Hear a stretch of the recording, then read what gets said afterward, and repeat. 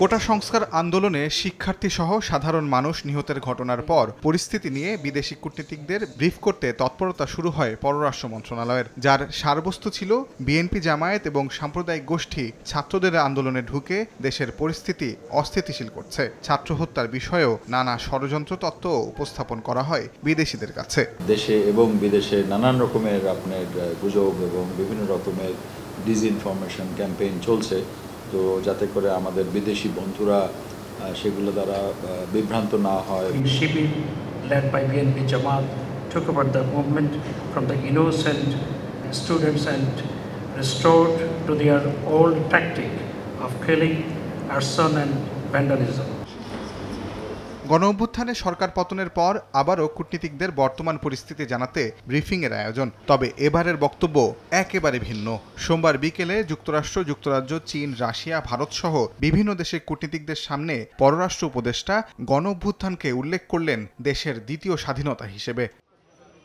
নতুন সরকারকে স্বাগত জানিয়ে একসঙ্গে কাজ করার প্রত্যয় ব্যক্ত করেন কয়েকটি দেশের রাষ্ট্রদূত। Relations between Russia and Bangladesh will continue for many years.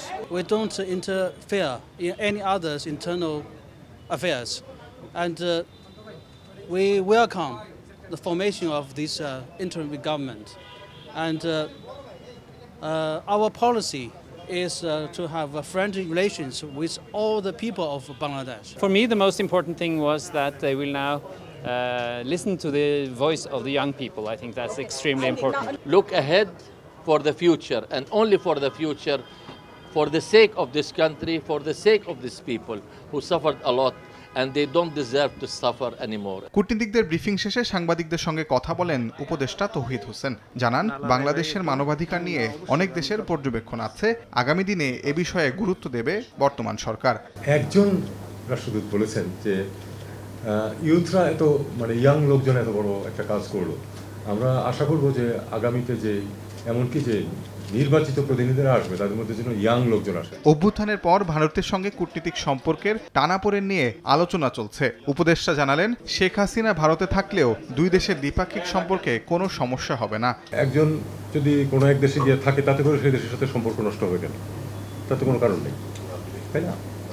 Bilateral সম্পর্ক অনেক বড় বিষয়। খুব দ্রুতই বাংলাদেশের অভ্যন্তরীণ পরিস্থিতি স্থিতিশীল হবে বলেও আশা প্রকাশ করেন বিদেশি রাষ্ট্রদূতরা। সেটাও আমি তাদেরকে বলেছি। তাজওয়ার মাহমিদ, সময় সংবাদ, ঢাকা।